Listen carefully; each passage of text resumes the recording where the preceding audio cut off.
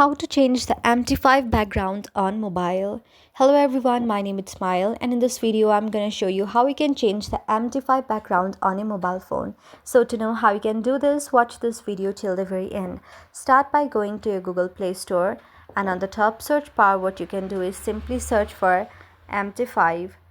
And after you search for MT5, you make sure that you have installed and updated the latest version of this application on your device. After that, you can simply open your device as you already do. Now go on the three vertical lines on the top left side. And again go to the setting option which you will see. Now scroll down and down up until you see the very option of choose theme. Now there are three options. System default, it's something that you have set your phone system theme to, and the others you have is simply the themes like dark mode and then the light mode. So there are two options for you, and you can simply change your theme just like that. So this is how you can do it. I hope you like the video. If you like the video, then please do hit the thumbs up and subscribe button, and also comment in the comment section below. Thank you for watching.